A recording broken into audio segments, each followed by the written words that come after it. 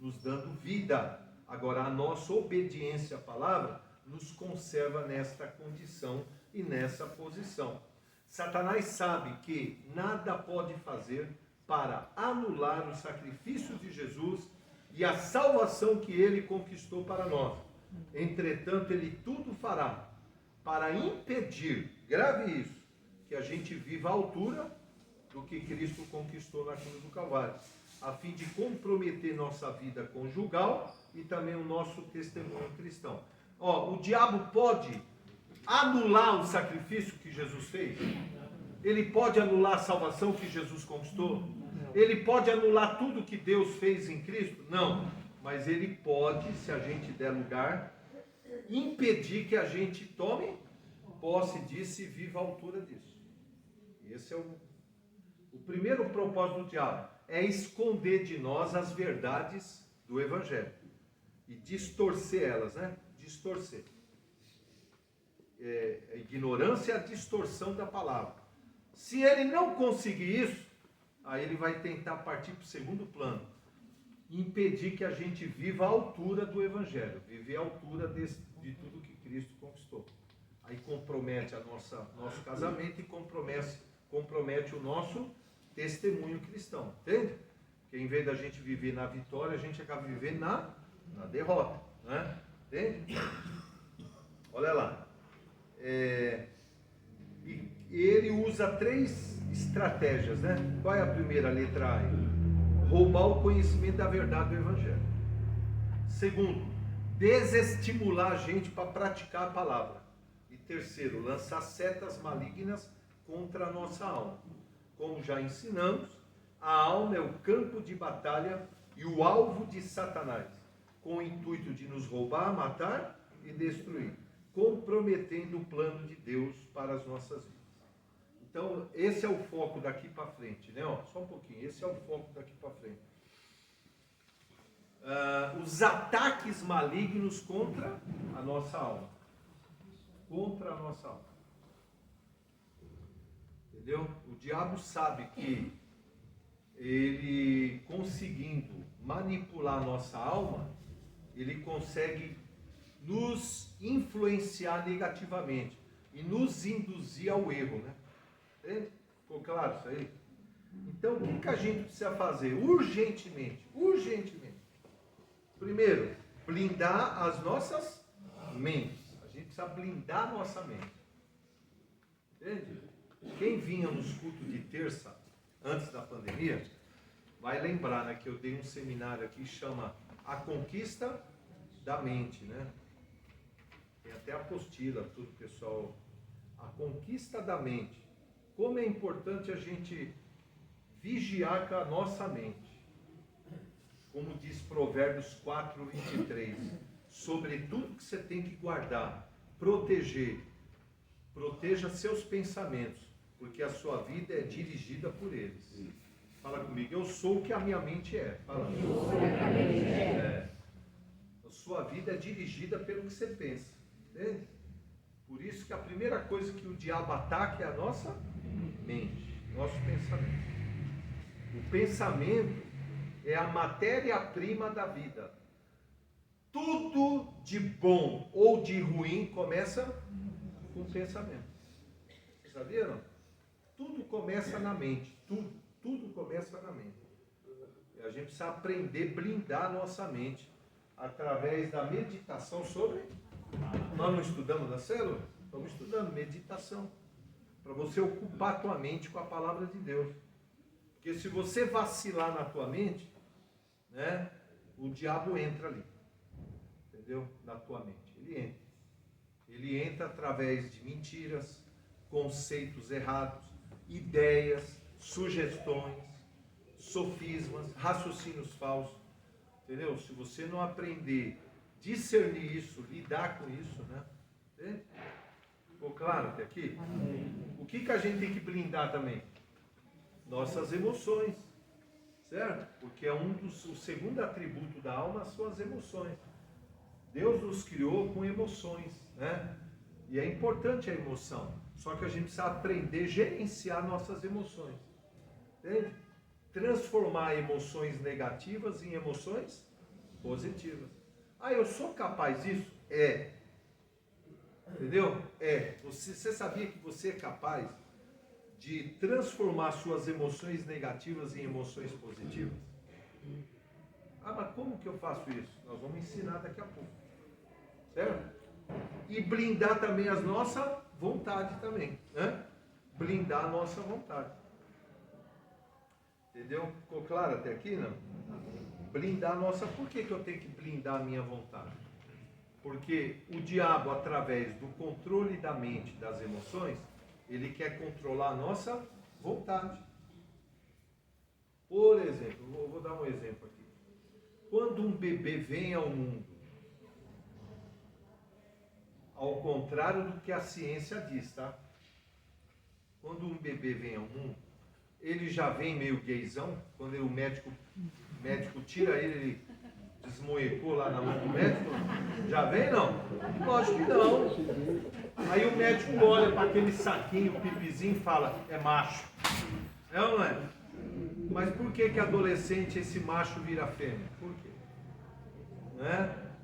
O diabo começa, é um processo, ele começa a trabalhar na manipulação, usando diversos fatores. E aí ele manipula a mente, manipula as emoções, cria situações, dentre elas abuso, né? Ou palavras ofensivas do pai, né? Entendeu? Chama o filho, né? De outro, né? Vira homem, parece uma... E vai usando vários fatores. Aí quando ele consegue controlar a mente e as emoções da criança, ele domina o que da criança? A vontade. É uma coisa diabólica. Ó, cadê os homens aqui? Levanta a mão, os homens. Vou fazer uma pergunta para vocês. Tem coisa mais linda do que uma mulher, não? Não. Tão óbvio isso aí, né? Quando Deus criou Eva e apresentou Eva para Adão, o que está escrito lá? Ele olhou e falou, nossa, meu Deus, que coisa maravilhosa. Muito obrigado, Senhor. Né? Está entendendo? Agora você imagina Adão falando para Deus, eu não gostei. Queria um macho. Não seria um negócio diabólico? É um negócio do inferno, gente. Um homem sentir atração por outro homem. É um negócio do inferno isso aí. É um negócio diabólico. Uma mulher sentir atração por outra mulher. Né? É uma coisa do inferno. Aí você fala, como que a pessoa chega nesse ponto? É todo processo de manipulação do diabo. E tudo começa na onde? Na mente, nas emoções e depois culmina no domínio da vontade. Aí quando a vontade está presa, né? Aí a Bíblia chama isso de fortaleza maligna. Aí a pessoa vai e pratica, né? Ela acaba se tornando... É como, a Bíblia fala disso, tá? Eu não vou entrar fundo nisso, senão não vai dar tempo. A Bíblia fala que a pessoa que tem a sua alma dominada, mente, emoções e vontade, ela vai viver e se comportar, é forte isso, mas desculpa, eu tenho que falar. Ela vai viver e se comportar e agir como um animal irracional. Entendeu? Sabe animal irracional? Ela vai viver como um animal irracional. Está lá em Judas, está lá em Pedro. Entendeu? Você fala, meu Deus, que comportamento horrível que essa pessoa está tendo. Né? Mas o diabo foi todo um processo, entende? Todo um processo. E a gente não pode deixar o diabo fazer isso conosco, entende? Nem com a nossa família. Nem com o nosso casamento. A gente não pode deixar. Aí você fala, mas eu tenho condições de resistir ao diabo? Tem. Eu tenho armas para isso? Tem. Eu tenho poder para isso? Tem. Eu tenho autoridade para isso? Tem. Você tem. Mas você escolhe ser vítima do diabo ou você ser cabeça nessa terra aqui e dizer para o diabo, minha vida e meu casamento não. Amém. Glória a Deus. E dificultar as coisas para ele. Entende? Amém, gente? Amém. Esse é o propósito dessa ministração. Né? Vamos continuar? Então vamos lá. Se praticarmos de forma diligente as leis espirituais da comunhão, a gente vai estar oferecendo ao Espírito Santo o quê? Condições favoráveis para ele realizar na nossa vida todas as obras que ele foi enviado para fazer. Amém? Não? Então, o que a gente tem que dar para o Espírito Santo? Condições favoráveis. Ele não vai fazer se a gente não der condições favoráveis. Porque existem duas doutrinas ensinadas nas igrejas evangélicas. Tá? Duas, né? Duas doutrinas. Você vai escolher qual delas está correta, certo? A primeira doutrina, que é ensinado por uma boa parte dos pastores e mestres nas igrejas. Que Deus é soberano, né? E é verdade mesmo, ele é soberano. Todo-poderoso, onisciente, onipotente, onipresente. E por isso, tudo aquilo que ele tem que fazer na nossa vida, ele vai fazer quando ele quiser, como ele quiser, a hora que ele quiser e usando quem ele quiser. Não é bonita essa expressão? Mas é errada. É bonita, mas é errada. Por quê? Vou explicar por quê. Porque, vamos supor, né? Se você pegar um... Oh meu Deus, o oleiro.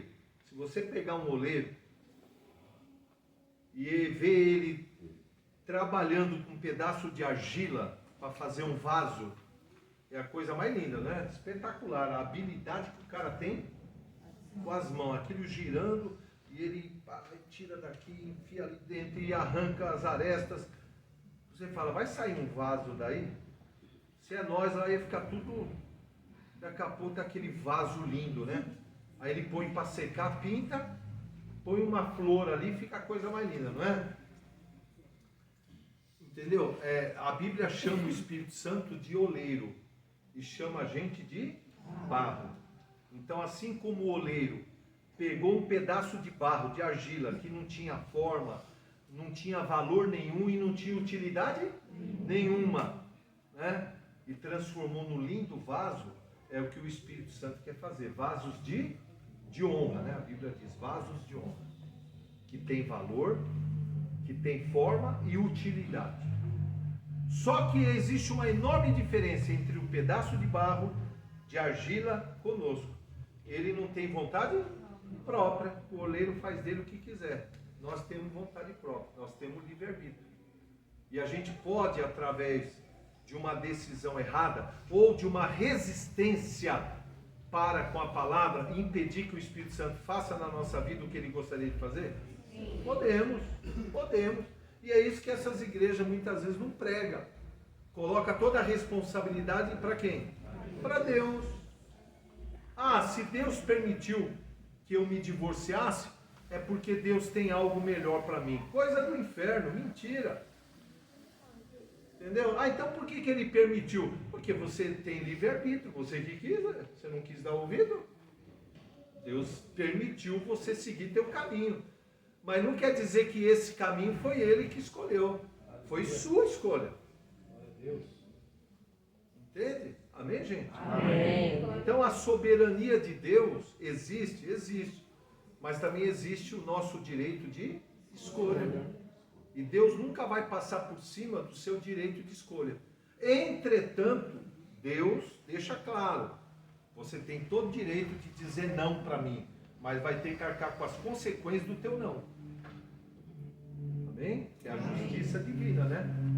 Adão e Eva desobedeceram. Eles fizeram a escolha, mas Deus já tinha avisado eles de antemão. Se vocês me desobedecerem, vocês vão morrer. Certo? Espiritualmente vão arcar com as consequências. Então, por isso que a gente tem que dar ao Espírito Santo condições favoráveis. Ficou claro isso aí? Né? Vamos lá então, ó. Aí, veja bem, nessa folha de vocês aí, tem uma parte aí, praticando as leis espirituais, não tem? Só que antes de entrar nela, da prática das leis espirituais, né? É isso aqui, ó. Praticando as leis, é interessante, ó. Porque eu cometi um erro lá eu fiz 2 estudos e eu misturei, mas ó, eu vou ler essa frase aí, ó. se praticarmos de forma diligente, o quê? As leis espirituais da comunhão, a gente vai estar oferecendo ao Espírito Santo o quê? Condições favoráveis para realizar em nossas vidas todas as obras que ele foi enviado para fazer. Agora vem essa parte fundamental. Você praticar o quê? As leis espirituais da comunhão. Aqui está a solução para qualquer problema conjugal, para blindar a nossa vida e o nosso casamento. Aqui está a solução. Entendeu? Eu ouvi de um irmão aqui da igreja, ele não está aqui hoje, mas ele me procurou e falou assim: eu quero agradecer muito a Deus pela sua vida e pelos ensinamentos que o senhor tem dado, o MD, oração em língua e tal. Porque antigamente, olha o que eu ouvi dele. E eu fiquei muito feliz ouvindo isso dele, né? Porque quando eles vieram para a igreja, eles estavam numa crise no casamento, pensando em divórcio, separação. Aí ele falou assim: antigamente, quando eu não praticava essas leis da comunhão, tudo na minha esposa me irritava. Entende? Até a voz dela me irritava. Quando eu ouvia a voz dela, eu já... Ô, vozinha irritante. Né? E para mim, todo o problema estava em quem? Nela. Mas aí eu comecei a praticar o que o senhor ensinou. Orando em línguas, fazendo o MD, meditando, adorando a Deus, O que Deus mostrou para mim? Que o problema estava em mim. Não quer dizer que ela também não tinha os defeitos dela. Mas ele falou assim: mas aí eu comecei a amar minha esposa do jeito que ela era. Entendeu? E hoje eu percebi o quanto eu amo aquela mulher. Né? Aí, sem ele saber, eu fui conversar com ela, para ver se era verdade mesmo. Eu fui checar. E ela falou: nossa, meu marido mudou demais, pastor. Que homem maravilhoso. Que homem. É impressionante o que os ensinamentos, a palavra, está fazendo na vida do meu marido. Eu estou tendo o marido dos sonhos. Glória a Deus. Lindo ouvir isso aí, não é? Inclusive tem um líder da nossa igreja, ele gravou um vídeo, e a esposa ali sentada no sofá, ele gravou um vídeo, que o pastor Josué Gonçalves publicou no Instagram, 10 qualidades que um marido de Deus tem que ter, né? E ele falou, e ele foi corajoso, ele gravou um vídeo e falou para a esposa: Benzinha, eu estou gravando esse vídeo, então é o seguinte, eu vou falando cada qualidade. Se eu tiver, você faz assim. Se eu não tiver, você faz assim. Você acredita que nos 10 ela fez assim? Vai lá.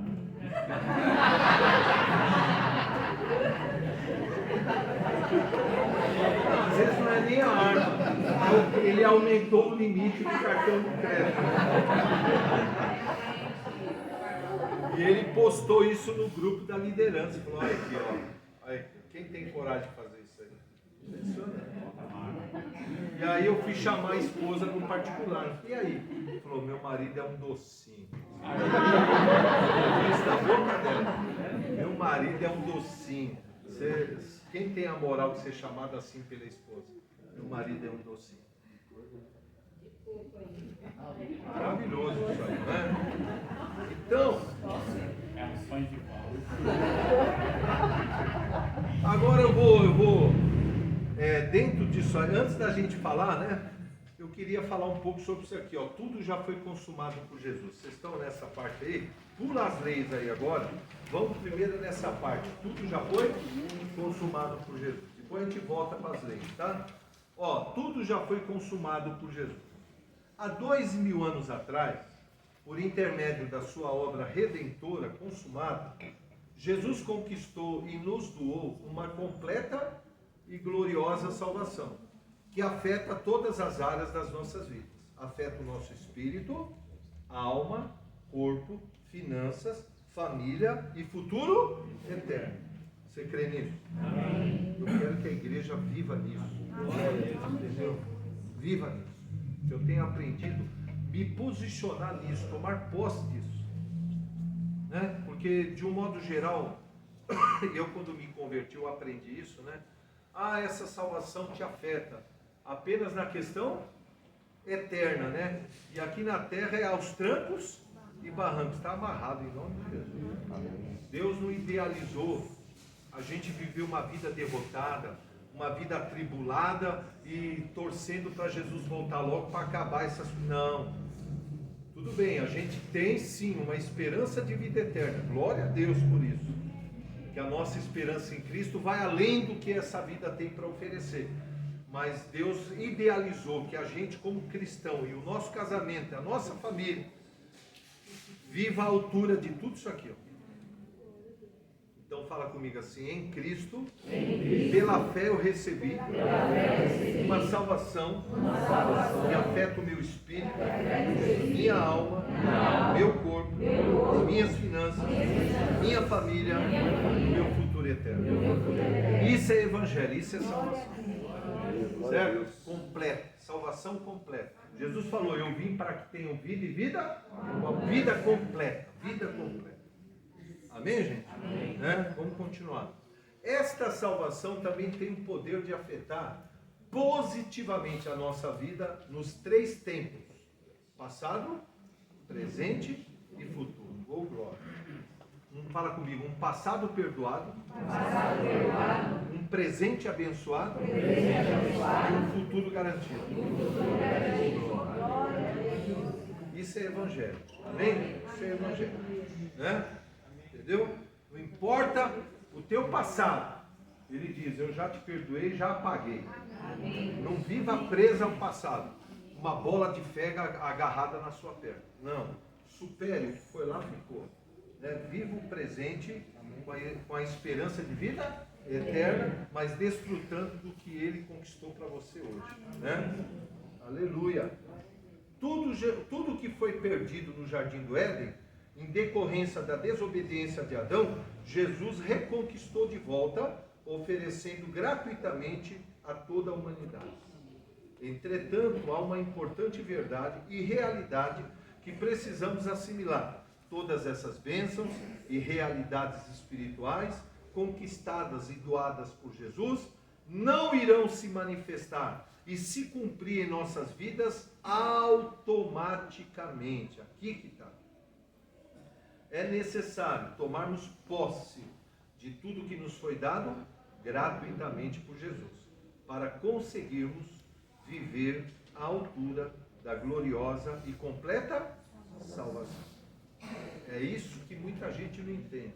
Ah, se está na palavra que é meu, se está na palavra que Jesus já fez, então tem que acontecer na minha vida automaticamente. Não.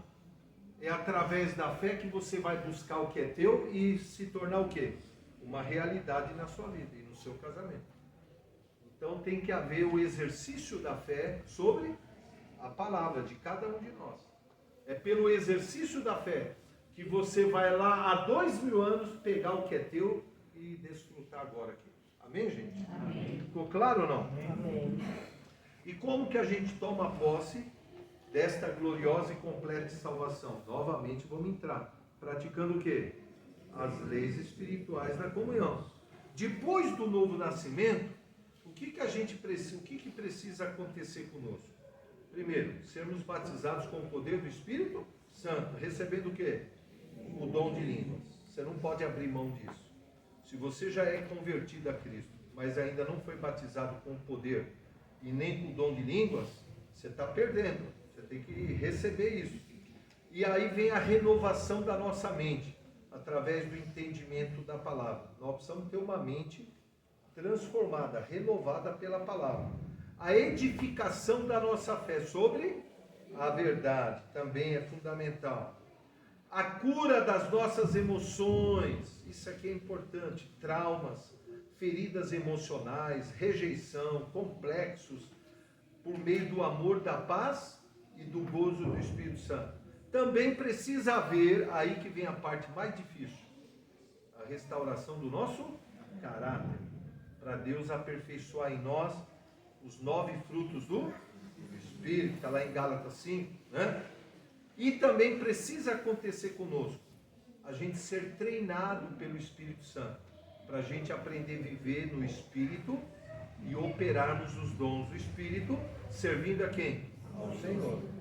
Aí você fala assim, tudo isso já aconteceu comigo, ou está acontecendo com meu marido, com nossa vida? É aqui que está. Porque um grande pregador americano, né, que já morreu, já faleceu, um homem de Deus, ele tem uma frase, está até hoje aí na internet. Fala comigo, se a gente for fraco no nosso relacionamento com Deus, todas as outras áreas da nossa vida serão fracas. Então, entendeu? Qual é a base de tudo? É a tua relação com Deus. Se a tua relação com Deus for forte, for profunda, for realmente, né, vai afetar todas as áreas, inclusive o casamento. Principalmente o casamento. É verdade ou não é? Agora, se a gente for fraco no nosso relacionamento com Deus, a primeira coisa que vai afetar é o nosso casamento. Entende? Ficou claro, gente? Amém. Vamos lá então. Ó, e como tudo isso pode ocorrer conosco? Se a gente praticar isso aqui, nós já vamos falar daqui a pouco. Orar em línguas, orar bastante em línguas, examinar as escrituras. A gente está ensinando isso na célula, demos para vocês lá? Meditando sobre a palavra revelada, a gente estudou ontem, né?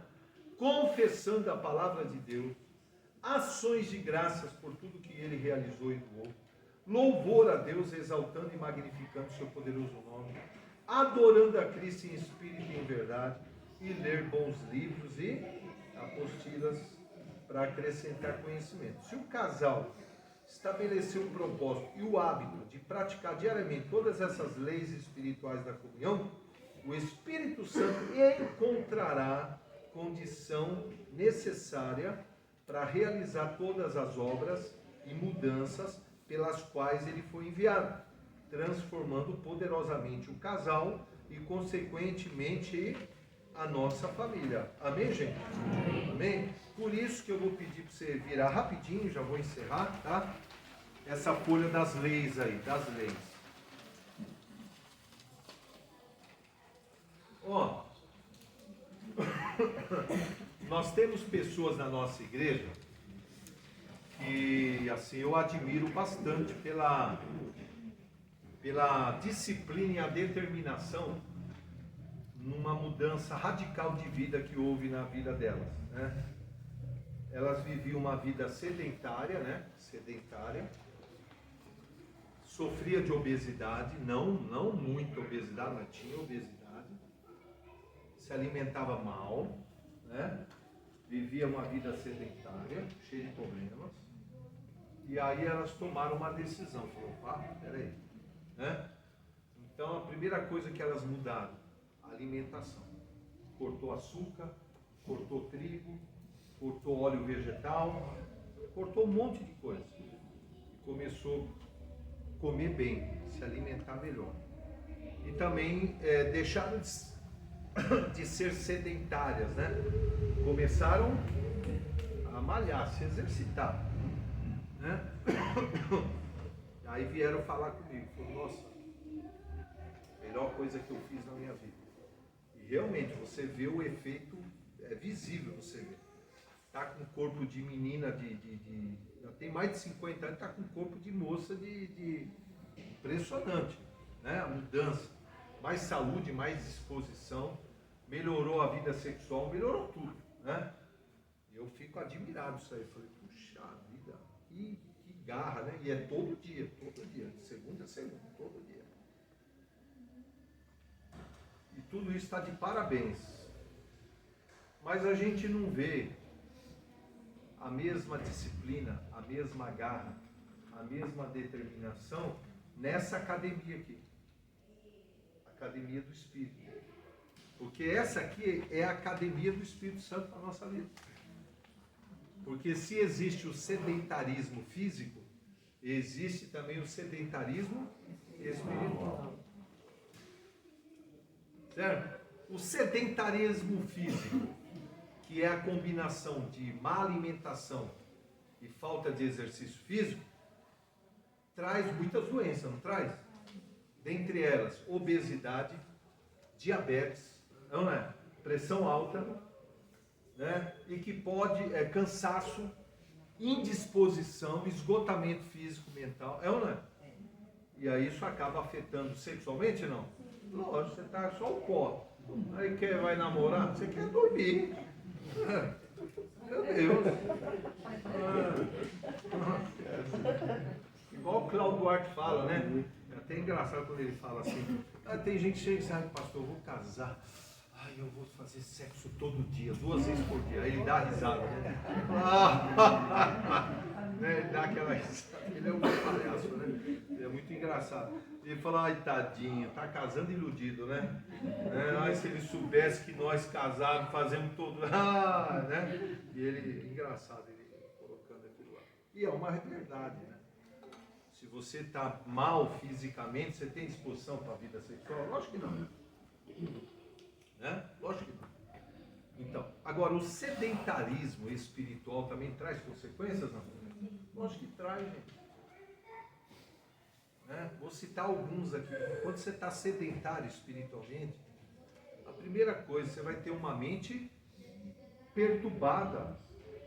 E é difícil você viver com uma pessoa que tem uma mente perturbada. O que é uma pessoa que tem uma mente perturbada? Ela vê pelo em ovo e chifre em cavalo toda hora. Onde você estava? Eu te vi. Mas viu aonde? Tinha uma irmã aqui que ela chegava pro marido, né? Ai meu Deus, graças a Deus. Deu muito trabalho, mas graças a Deus salvou o casamento.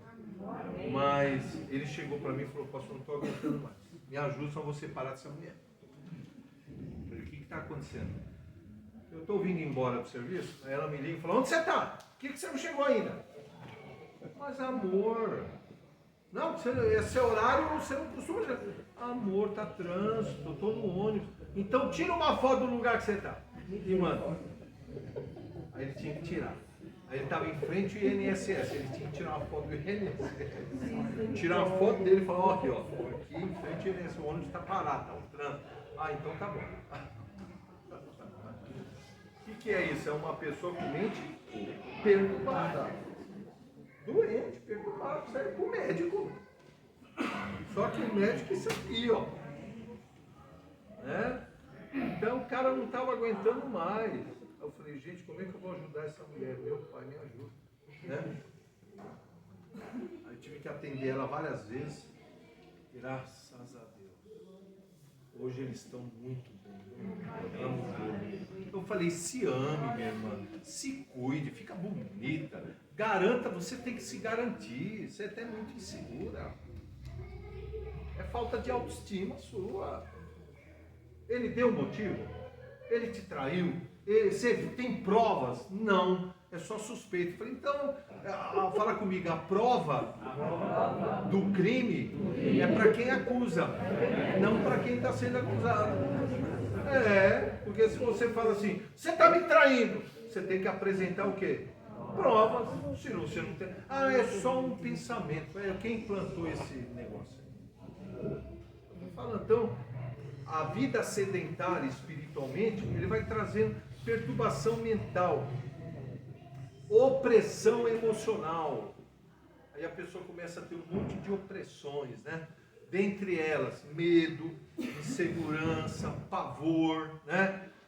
Frieza, indiferença, complexo de inferioridade, complexo de rejeição, carência excessiva. Carente todos nós somos, tá? Quem dizer que não é, está mentindo. Porque Deus olhou para Adão e falou, não é bom que ele esteja só. Pô, ele estava no jardim do Éden. Então a gente, lógico, nós não fomos criados para viver sozinhos, certo? Então é bom ter uma pessoa, não é bom? Não é bom. Quem não gosta de receber um carinho, quem não gosta de dar? Mas não aquela coisa excessiva de você ser possessivo. Entendeu? Aí vira uma possessão, você sufoca a pessoa. Entende? Tudo tem que ter equilíbrio. Entende? E a pessoa que é sedentária espiritualmente, tem uma vida com Deus, ela é compulsiva, ela cai nos extremos, ao invés de ter uma vida equilibrada. Entende? Afeta tudo, né? Inclusive sexualmente também. Né? Por isso que a gente tem que estabelecer um propósito na nossa vida. Isso eu entendi há 30 e poucos anos atrás. E eu tomei essa decisão. Entendeu? Eu não quero ser um crente morno. Não quero ser desviado, mas também não quero ser morno. Que eu não sei qual dos dois é pior. Eu acho que o morno é pior que o desviado. Por quê? Porque o desviado, ele já admite que ele está mal. O desviado está mal.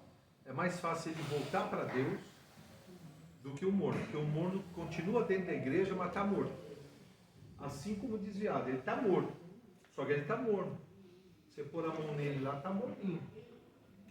Mas ele não dá fruto, ele não tem vida com Deus. Ele está morto. Só que ele não sabe que está morto. Porque ele acha que porque vem de vez em quando na igreja, ele está vivo. Mas está lá. Você tem nome que vive, mas está morto. Você diz que é abastado, que não precisa de coisa alguma, mas tu não sabe que tu és um desgraçado, miserável, pobre, cego e nu. Meu pai do céu. Não sou eu que estou dizendo, está lá na carta de Apocalipse, para a igreja de Laodiceia. Então a gente tem que tomar uma decisão, sabe? De falar assim, não, eu vou estabelecer um estilo de vida onde todo dia eu vou dar para o Espírito Santo condições para operar em mim. Todos os dias. Todos os dias. Aprender algo novo. Porque Deus tem algo novo para nós todos os dias. Quando a gente dá esse lugar, você vai olhar para o teu cônjuge, vai ver defeitos nele? Vai ver muitos. Muitos, porque o teu olho vai ser aberto, mas vai ver em você também. Essa é a diferença. Porque antes você só via nela, né? Nele, e não via em você. Agora você vê nos dois. E não é só isso. O amor de Deus vai ser tão forte que você vai ver esses defeitos, mas vai amar ela mais ainda. E em vez de acusar ela e apontar o dedo, você vai ajudar ela a vencer essas coisas.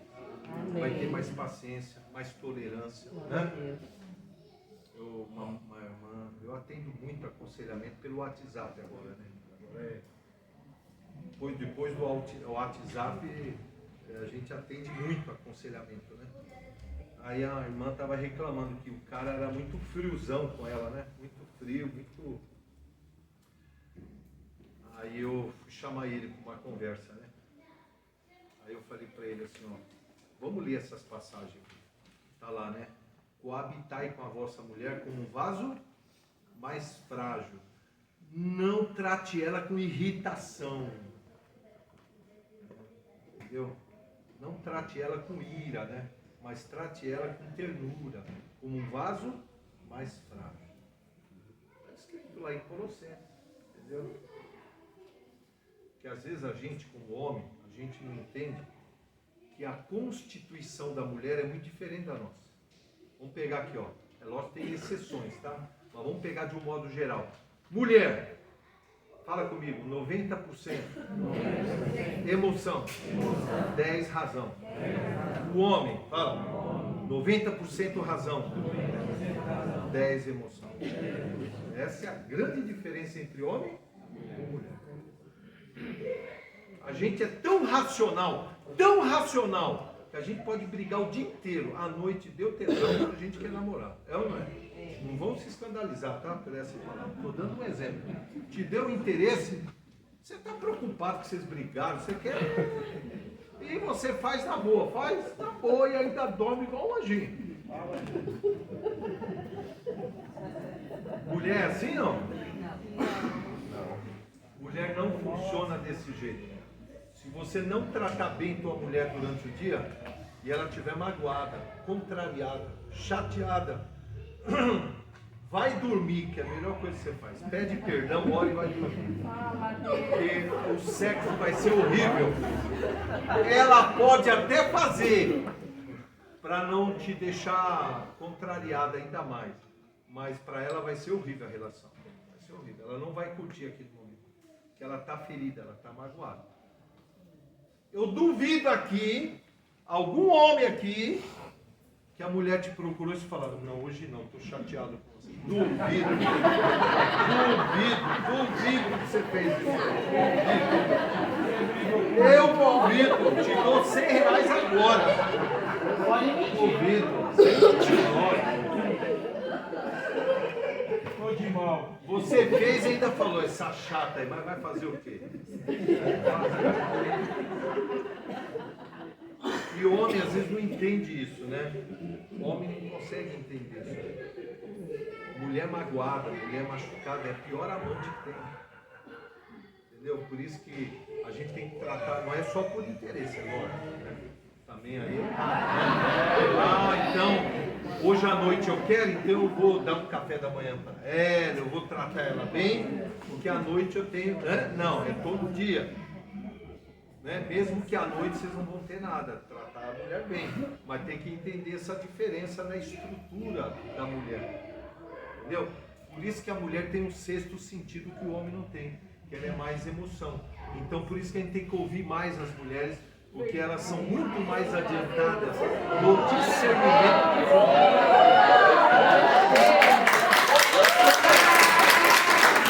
Hoje tem!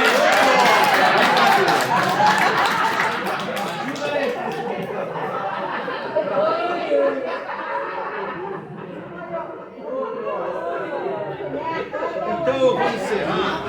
Não, pastor, mas Eu vou encerrar. Fala mais.